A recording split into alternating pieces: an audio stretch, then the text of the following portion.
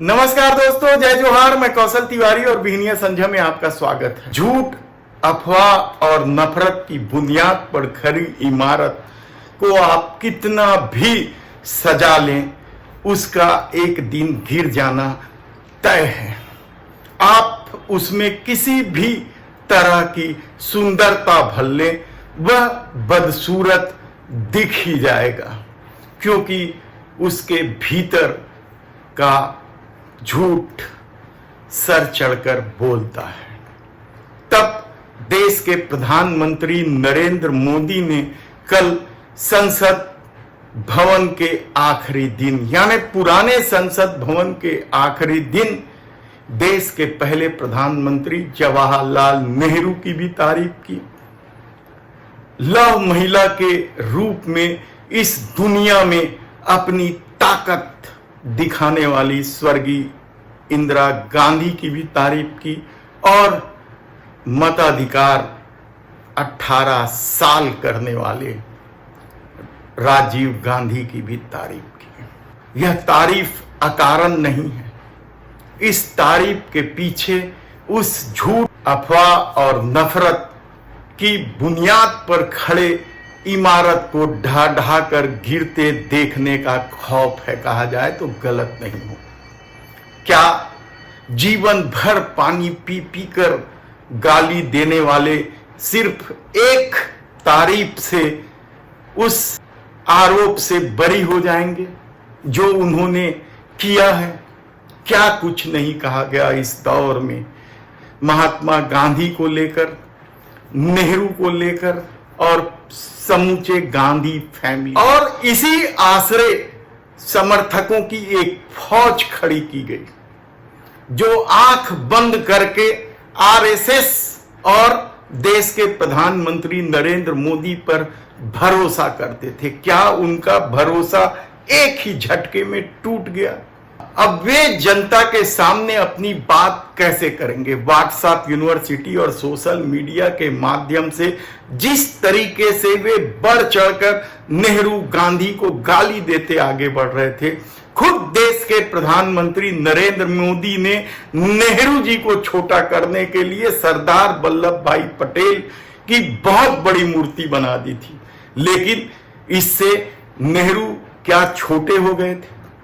कल ही सब कुछ सबके सामने आ गया और अब वे लोग मुंह दिखाने के लायक नहीं है जो जीवन भर पानी पी पी कर नेहरू को गाली दे रहे थे। लेकिन इसकी वजह क्या है? आखिर देश के प्रधानमंत्री नरेंद्र मोदी ने तारीफ कैसे कर दी, जबकि इस भाषण के ठीक थोड़ी देर पहले वे पत्रकार वार्ता में विरोधियों को रोना धोना कहकर आलोचना कर रहे थे। पता नहीं वे कैसे कह रहे थे, जबकि विरोधी संसद भवन में लोगों की बात उठाते हैं। महंगाई का मुद्दा उठाना क्या रोना धोना है? बेरोजगारी की बात करना क्या रोना धोना है? मित्र प्रेम में इस देश के संसाधनों को एक एक करके सौंप देने की आलोचना क्या रोना धोना है? लेकिन यही कुछ देश के प्रधानमंत्री ने कहा और उसके थोड़ी देर बाद वे तारीफ करते रहे नेहरू, इंदिरा, राजीव सबकी। सोचिए कि इस देश की ताकत क्या 2014 के बाद, उससे पहले क्या यह देश महान नहीं था?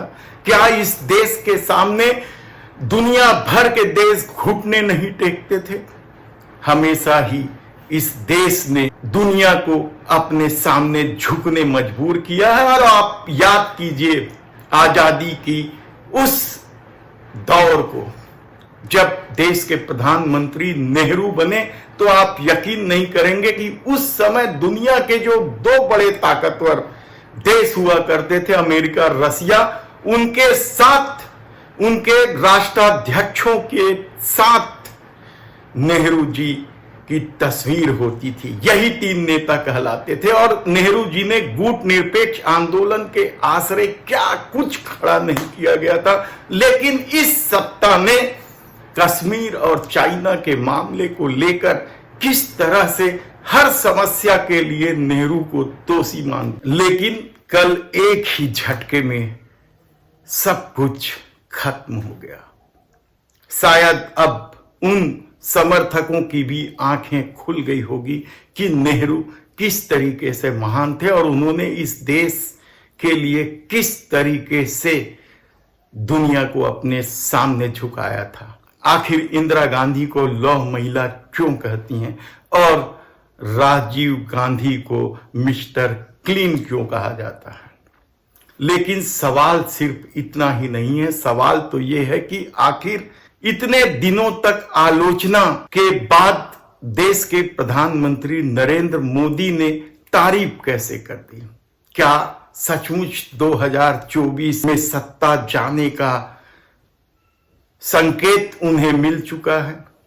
क्या सचमुच देश के प्रधानमंत्री नरेंद्र मोदी ने हार स्वीकार कर ली? क्या सचमुच अब वे मानने लगे हैं कि इंडिया गठबंधन से लड़ पाना मुश्किल होता जा रहा है? यकीनन मामला यही कुछ है, क्योंकि न केवल देश के प्रधानमंत्री नरेंद्र मोदी बल्कि उनके पितृ संगठन आरएसएस के प्रमुख मोहन भागवत के भी सुरताल बदल गए हैं।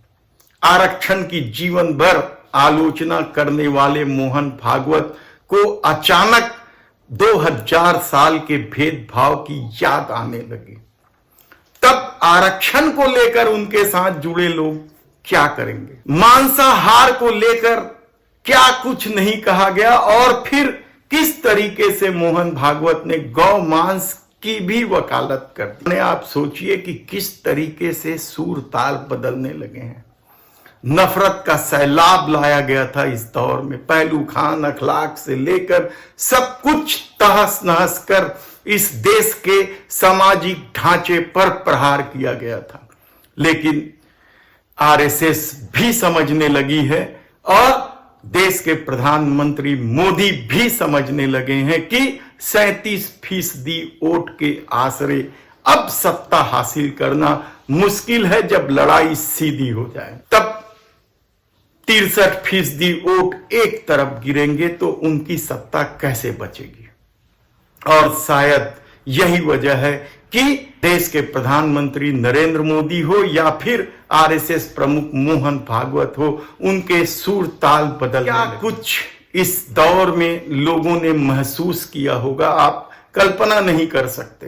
एक तरफ नफरत का खेल खेलकर पूरे एक विशेष वर्ग के लोगों को किनारे किया जा रहा था, तो दूसरे तरफ कारपोरेट छूट देकर या अडानी प्रेम दिखाकर जीएसटी में मनमाना टैक्स वसूला जा रहा था। लोग महंगाई से त्रस्त हैं, लोग बेरोजगारी को लेकर आत्महत्या तक कर रहे हैं और व्यापारी तो जीएसटी की मार से इस कदर परेशान है कि कितने ही लोगों ने आत्महत्या कर ली है। लेकिन इस सत्ता को तब तक कोई फर्क नहीं पड़ रहा था जब तक इंडिया नाम का एक गठबंधन नहीं बना था। यानी गठबंधन बनते ही सत्ता जाने का खौफ अब सूर ताल बदलने मजबूर नहीं कर रहा है। यकीनन यही मामला है। आप यकीन मानिए कि जिस प्रधानमंत्री नरेंद्र मोदी की डंका बजाने की वकालत या उसका परसेप्शन पूरी तरीके से सोशल मीडिया में गढ़ा जा रहा था कि देखिए किस तरीके से देश के प्रधानमंत्री नरेंद्र मोदी पूरी दुनिया में डंका बजा रहे हैं। लेकिन देश के प्रधानमंत्री नरेंद्र मोदी यदि अपने ही देश में डंका नहीं बजा पा रहे हैं, अब भी 37% वोटों के भरोसे सत्ता में आने को मजबूर हैं, अब भी दक्षिण से लेकर कई राज्य उनकी लंका लगाने के लिए तैयार बैठी है, तब फिर सिर्फ हिंदी पट्टी के भरोसे कैसे दुनिया में डंका बजाया जा सकता है या कैसे इस देश का सबसे लोकप्रिय नेता हुआ जा सकता है। लेकिन यह परसेप्शन गढ़ा गया कि इस देश सबसे लोकप्रिय नेता देश के प्रधानमंत्री नरेंद्र मोदी हैं। लेकिन हकीकत क्या था? उड़ीसा, बंगाल, बड़े बड़े राज्य आप गिन लीजिए, तमिलनाडु, केरल, यानी फेहरिस्त है राज्यों की। और शायद यही वजह है कि उनके राज्यों से सत्ता सिमटती चले गई और लगातार चुनाव वे हारते चले गए। तब तब शायद देश के प्रधानमंत्री नरेंद्र मोदी और आरएसएस प्रमुख मोहन भागवत को यह महसूस होने लगा कि इस देश की तासीर ही अलग है। इस देश में नफरत के आश्रय सत्ता तो हासिल की जा सकती है, लेकिन उसे लंबे समय तक नहीं बनाई जा सकती, चाहे वह जाति के नाम पर नफरत का बीज बोने का मामला हो, चाहे धर्म के नाम पर। लोगों ने देखा है मंडल से निकले पार्टियों को भी और राम आंदोलन से निकले पार्टियों को भी कि किस तरीके से वे कब सिमट जाते हैं कोई नहीं जानता है। तब ऐसी परिस्थिति में जो खौफ अब साफ तौर पर दिखाई देने लगा है नरेंद्र मोदी और मोहन भागवत के चेहरे पर, वे अब सूर ताल बनकर सामने आ रहे हैं। इसलिए यह कैसे माना जा सकता है कि सचमुच इनके मन में गांधी और नेहरू को लेकर थोड़ी भी इज्जत है। धन्यवाद।